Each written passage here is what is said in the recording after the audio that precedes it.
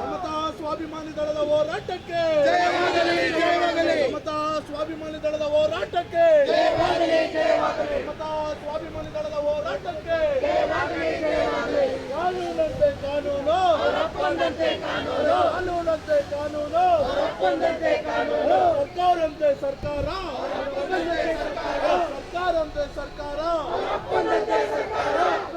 ಹೋರಾಟ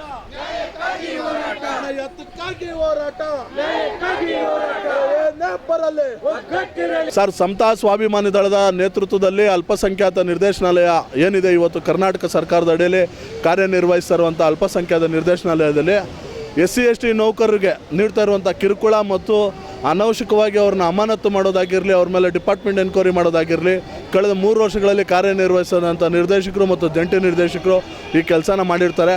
ಅವರು ಈಗ ವರ್ಗಾವಣೆಗೊಂಡಿರ್ತಾರೆ.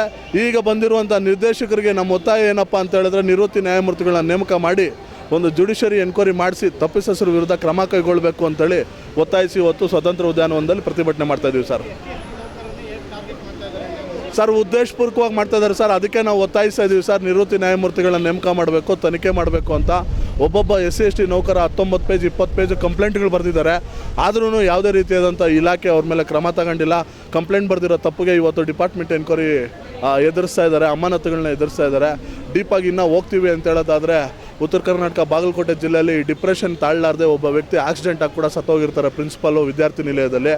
ಇವರೆಲ್ಲ ಒಂದು ಟಾರ್ಚರ್ನ ತಡ್ಕೊಂಡು ನಿಂತಿದ್ದಾರೆ. ಇದನ್ನೆಲ್ಲ ವ್ಯತಿರಿಕ್ತವಾಗಿ ವಿರುದ್ಧವಾಗಿ ಸಮತಾ ಸ್ವಾಭಿಮಾನಿ ದಳ ಇವತ್ತಿನ ದಿನ ನಮ್ಮ ಗೌರವಾಧ್ಯಕ್ಷ ಆಗಿದ್ದ ರೂಪಕಲಾ ಅವರಾಗಿರ್ಬೋದು, ಕಾರ್ಯಾಧ್ಯಕ್ಷರಾದ ನಾಗರಾಜ್ ಅವರಾಗಿರ್ಬೋದು, ಯುವ ಘಟಕದ ಅಧ್ಯಕ್ಷರಾದಂಥ ನಜೀರ್ ಅವರಾಗಿರ್ಬೋದು, ಮಹಿಳಾ ಘಟಕದ ಅಧ್ಯಕ್ಷರಾದಂಥ ರಾಣಿಯವರಾಗಿರ್ಬೋದು, ನಾವೆಲ್ಲ ಒಗ್ಗೂಡಿಸಿ ಒಕ್ಕೊರಳಿಂದ ಇವತ್ತು ಸಮತಾ ಸ್ವಾಭಿಮಾನಿ ದಳದ ಮುಖಾಂತರ ಸರ್ಕಾರಕ್ಕೆ ಏನು ಎಚ್ಚರಿಕೆ ಕೊಡ್ತಾ ಇದ್ದೀವಿ. ನಿವೃತ್ತಿ ನ್ಯಾಯಮೂರ್ತಿಗಳನ್ನ ಕಳೆದ 3 ದಿನಗಳಲ್ಲಿ ಮುಂಬರುವ 3 ದಿನಗಳಲ್ಲಿ ನೇಮಕ ಮಾಡಿ ತನಿಖೆಗೆ ಆದೇಶ ಮಾಡಿ 3 ತಿಂಗಳಲ್ಲಿ ವರದಿ ಸಲ್ಲಿಸಬೇಕು ಅಂತ ಸರ್. ಹೌದು ಸರ್, ಮಾಡಬಾರ್ದು ಅವ್ರನ್ನ. ಈಗ ಆಲ್ರೆಡಿ ನಮಗೆ ಕೋಇನ್ಸಿಡೆಂಟ್ ಏನಪ್ಪ ಅಂದರೆ, ಇಲ್ಲಿ ಸಚಿವರನ್ನ ಕೈ ಬಿಟ್ಟಿದ ತಕ್ಷಣ ಇಮಿಡಿಯೇಟು ಒಂದಿನಕ್ಕೆ ಇಬ್ಬರು ವರ್ಗಾವಣೆಗೊಂಡ್ಬಿಡ್ತಾರೆ.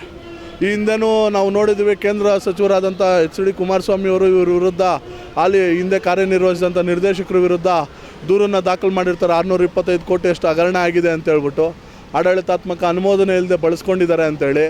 ಅದ್ರ ಸಂಬಂಧಪಟ್ಟಂತೆ ದಾಖಲಾತಿಗಳು ನಾವು ಕೊಟ್ಟಿದ್ದೀವಿ, ಅದ್ರ ಸಂಬಂಧಪಟ್ಟಂತೆ ಎಲ್ಲ ದೂರುಗಳನ್ನೂ ಕೊಟ್ಟಿದ್ದೀವಿ. ಅವ್ರ ಹೋರಾಟಕ್ಕೆ ನಮ್ಮ ಬೆಂಬಲನೂ ಇದೆ. ಕುಮಾರಣ್ಣವರು ಇವತ್ತಿನ ದಿನ ಎಚ್ಚೆತ್ಕೋಬೇಕು, ನಮ್ಮ ಹೋರಾಟಕ್ಕೆ ಬೆಂಬಲ ಸೂಚಿಸಬೇಕು ಅಂತ ಕೇಳ್ತೀವಿ ಸರ್. ಈಗ ನಾವು ಏನು ಅಲ್ಪಸಂಖ್ಯಾತ ನಿರ್ದೇಶನಾಲಯದ ನಿರ್ದೇಶಕರು ಬರ್ತೀನಿ ಅಂತ ಹೇಳಿದ್ದಾರೆ, ಅವ್ರಿಗೋಸ್ಕರ ವೆಯ್ಟ್ ಮಾಡ್ತಾಯಿದ್ವಿ. 1 ಗಂಟೆವರೆಗೂ ಕಾಲಾವಕಾಶ ಇದೆ, ಅವ್ರಿಗೆ 1 ಗಂಟೆಗೆ ಬರ್ತೀನಿ ಅಂತ ಹೇಳಿದ್ದಾರೆ. ಸರ್ಕಾರದ ಮುಖ್ಯ ಕಾರ್ಯದರ್ಶಿಗಳಿಗೂ ಮನವಿ ಕೊಡ್ತಾಯಿದ್ದೀವಿ ಸರ್. ಹಗರಣಗಳ ಬಗ್ಗೆ ಎಳೆಯಾಗಿ ಬಿಡಿಸಿ ಸರ್ಕಾರದ ಮುಖ್ಯ ಕಾರ್ಯದರ್ಶಿಗಳಿಗೆ ಪತ್ರ ಬರೆದಿರ್ತಾರೆ, ಅದ್ರ ಬಗ್ಗೆ ಸಹ ನಾನು ಬಗ್ಗೆ ಅದನ್ನು ಕೊಡ್ತಾ ಇದ್ದೀನಿ. ಅದಾದ ನಂತರ ಇದೊಂದು ಪ್ರಶಾಂತ್ ಅಶೋಕ್ ಬರ್ವಿ ಅಂತ ಹೇಳ್ಬಿಟ್ಟು ಸುಮಾರು 19 ಪೇಜ್ ತನ್ನ ಅಳಲನ್ನ ತೋಡ್ಕೊಂಡು ದೂರನ್ನ ಬರೀತಾರೆ. 19 ಪೇಜ್ನ ಅಳಲನ್ನ ತೋಡ್ಕೊಂಡು ದೂರನ್ನ ಬರೀತಾರೆ. ಸರ್ಕಾರದ ಪ್ರಧಾನ ಕಾರ್ಯದರ್ಶಿಗೂ ಬರೀತಾರೆ, ಅಲ್ಪಸಂಖ್ಯಾತ ನಿರ್ದೇಶನಾಲಯದ ಕಾರ್ಯದರ್ಶಿಗಳಿಗೂ ಬರ್ತಾರೆ, ನಿರ್ದೇಶಕರು ಬರೀತಾರೆ. ಕಳೆದ 3 ವರ್ಷದಲ್ಲಿ ಇದ್ದಂಥ ಜಂಟಿ ನಿರ್ದೇಶಕರಾಗಿರಲಿ ಯಾವುದೇ ರೀತಿ ಕ್ರಮ ಕೈಗೊಳ್ಳಲ್ಲ. ಹಾಗಾಗಿ ಕಳೆದ ಮಾರ್ಚ್ನಿಂದ ನಮ್ಮ ಗಮನಕ್ಕೆ ಬಂದ ಮೇಲೆ ನಾವು ಇದನ್ನು ಹಂತವಾಗಿ ಹೋರಾಟ ಮಾಡ್ಕೊಂಡು ಬಂದಿದ್ದೀವಿ. ಅದನ್ನು ಸಹ ತಮಗೆ ಕೊಡ್ತಾ ಇದ್ದೀವಿ ಮೇಡಮ್. ಇದು ನಮ್ಮ ಸಂಸ್ಥೆಯಿಂದ ಒಂದು ಮನವಿ ಪತ್ರವನ್ನು ಕೊಡ್ತಾ ಇದ್ದೀವಿ ಮೇಡಮ್.